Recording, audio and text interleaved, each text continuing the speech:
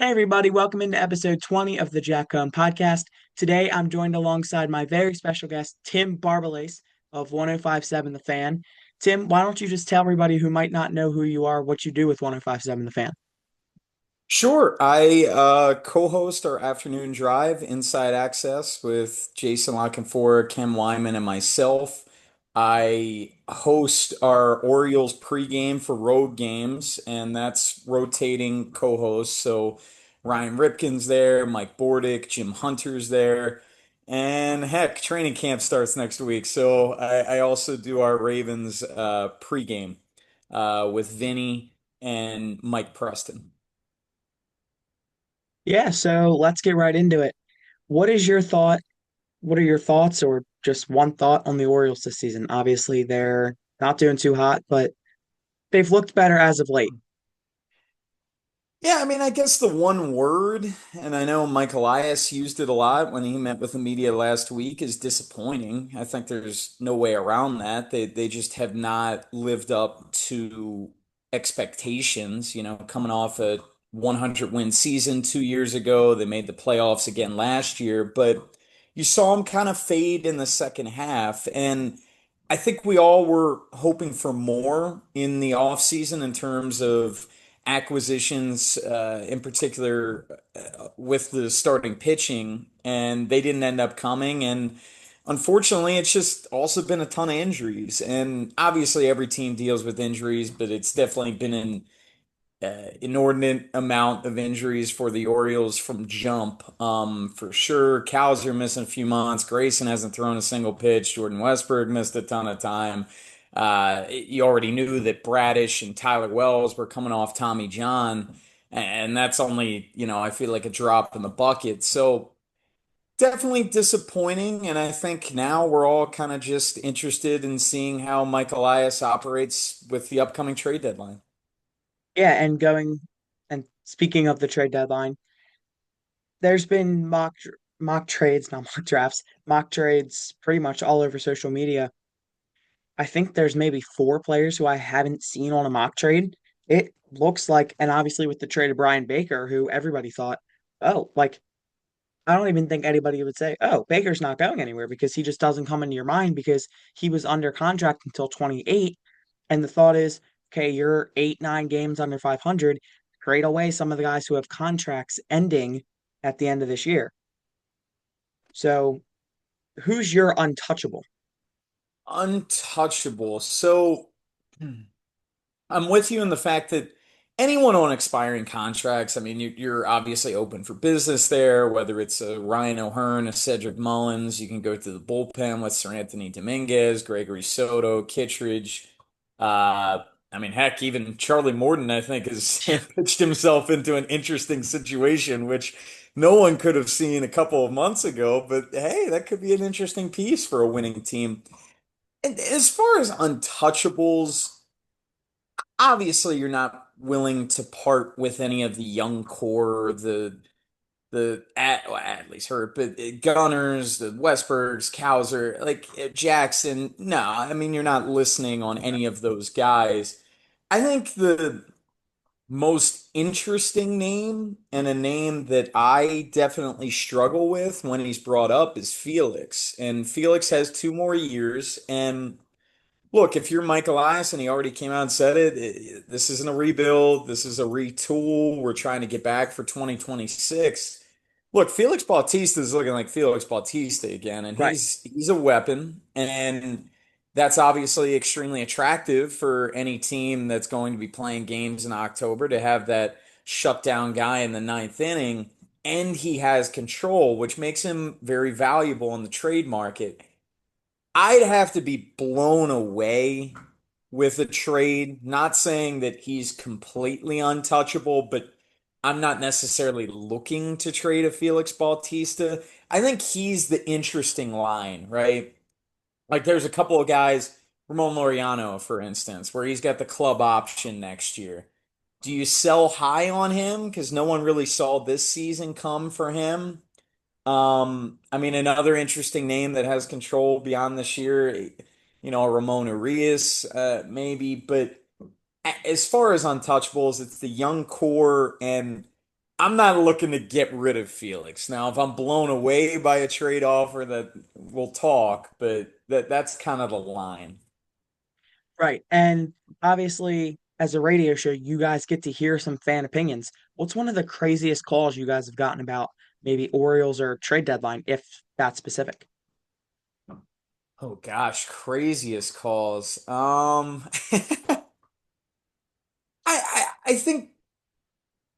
think it's just always so interesting when you take calls about this specific subject, which we obviously have over the past couple weeks. I think you just get it from both ends of the spectrum, right? Like, I think you got people that want a fire sale and they want to, like, okay, just burn it to the ground again, trade, all. And then you got people that want to buy and go for it, which I don't think makes much sense either. I think it's the extremes on both ends are probably the two things that have jumped out to me the most over the past couple weeks. Yeah, and moving on to Ravens, obviously, like you said, training camp is only about a week away. I think actually a week away from Yeah, tomorrow. yeah. Who is one guy who you think could stand out at training camp, like Bo Bray did last year? Um, in terms of like a undrafted later round pick, like maybe an unheralded guy, or obviously, all eyes are going to be on the rookie class. I mean, Malachi Starks really jumped out, during OTAs and mini camp, and everyone's interested in seeing Mike Green as well. And heck, even something under the radar would be LeJontay Wester, see how he Yeah, does at punt return.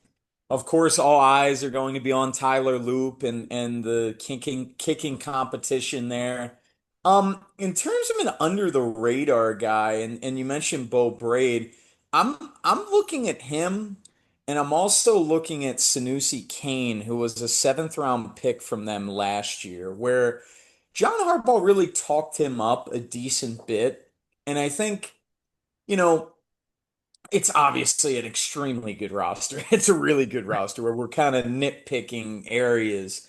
But with our Darius Washington having the Achilles injury, it really opens an opportunity for a Sanusi Kane, for a Bo Braid to possibly, I'm not saying have a big role, but maybe they right. get in on some sub packages because, we've also heard Marlon Humphrey, maybe he plays a little bit of safety this year. Wouzier could play a little bit of safety as well. Safety. They love having that versatility in the secondary. But no, I think another guy who kind of flashed that I'll keep my eye on is Devontae Walker as well. Yeah, I, during training camp and during preseason games, especially because you aren't seeing all the starters, right. you're always looking at the young guys, right? Like the first, second, third year players you're really looking at. Heck, maybe even one more who's a fourth year player that for me is kind of in a gotta have it situation. I don't think he's a lock to make the roster would be David Ajabo. I mean, I think he's Yeah. kind of down Oh, to yeah.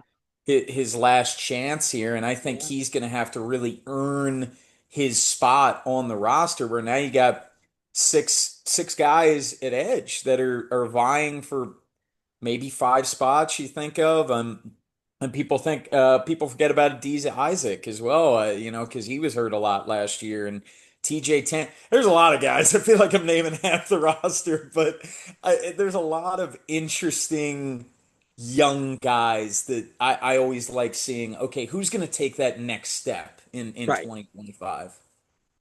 Yeah, and you named a lot of guys there. Bo Bray, Sanusi Kane, Yeah, Devontae Walker, LeJontay Wester. I know all four of them are at the top of most lists, yeah, but like you said, TJ Tampa.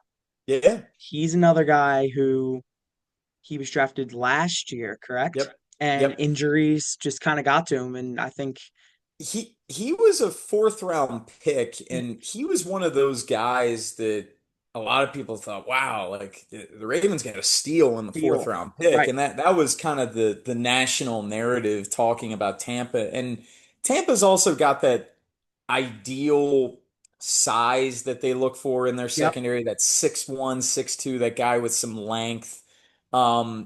Yeah, I'm really interested in seeing Tampa for sure. Yeah, and on the offensive side too, maybe even seeing Andrew Voorhees. Andrew Voorhees and Ben Yeah, Cleveland are going to have to great, battle it out at that guard position all great summer. point. And I'll give you another name offensively who, I had very tempered expectations for last year, but this year I'm interested in seeing again is Keaton Mitchell.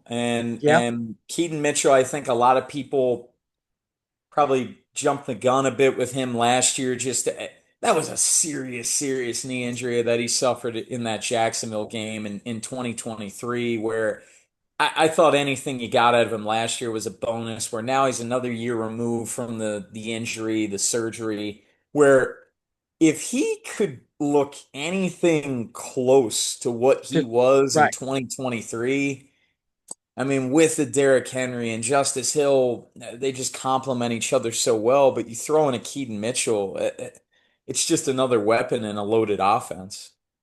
right, because you see Justice Hill come out there on 3rd and 12s, and he just runs out to try and get the pass. And Keaton Mitchell, when we saw him for what, maybe 6 weeks Yeah, in yeah. 23, he was more of your guy who you're just going to hand it to on like third and mediums or second hmm and mediums to just go sneak through a hole and then go after contact. So I you've mean, got three running backs for three different things. absolutely. And Mitchell was that home run hitter. I mean, he was just an electric factory anytime he touched the ball, and in particular when he got the ball in space, the agility and the burst out of Mitchell was nuts. But you're right. I mean, all Right. three of them have different skill sets, which is a good thing because it just keeps opposing defenses off balance. Yeah. And one last question before we wrap things up here. What are your predictions for the Ravens this season? Oh man. Look, I've been on record multiple times now. I think this is the most talented Ravens team in the Lamar Jackson era. Um, Certainly the best weapons in the Lamar Jackson era. It's a really, really good team. And look, it's hard to project, but I think what's so interesting about this schedule is obviously it's very front loaded. There's a lot of tough games early on. You're going to Buffalo week one. You're going to Arrowhead week four. You're really going to know where this team stands in terms of the AFC hierarchy a month into the season, where ideally, if you can split those games, you're in good shape. If you somehow win both of those games, you're firmly in the driver's seat to get the one seed Right. because having that head-to-head tiebreaker over the Bills and the Chiefs would be massive come January. But I, if there is a team to do it, I feel like, and look, 2023 was that for me, and everything really lined up for them, and they were healthy, and they were at home, and it was just so disappointing. But I think this team can certainly be special, and I certainly feel like it has the makings to be the cream of the crop. Now, I think the one caveat to it is Lamar was so special last year. Like every time I go back and you look at his numbers, and it's like, how the heck did he do that? Like, the 41 touchdowns, four picks, and Derrick Henry going for over 1,900 yards. Like, will there maybe be some natural regression there? Maybe. Hopefully Um, not. but I think the team is better. I think the team overall is a better team than Right. last year. So, look, like I said, I think it very much has the opportunity to be the cream of the crop this year. Of Tim, thanks so much for joining me today. Make sure you guys go check out course. Tim Barbalace on 105.7 The Fan from 2 to 6, correct? Yep, 2-6. Awesome. This was episode 20 of the Jack Gun Podcast. See you next time. Go O's.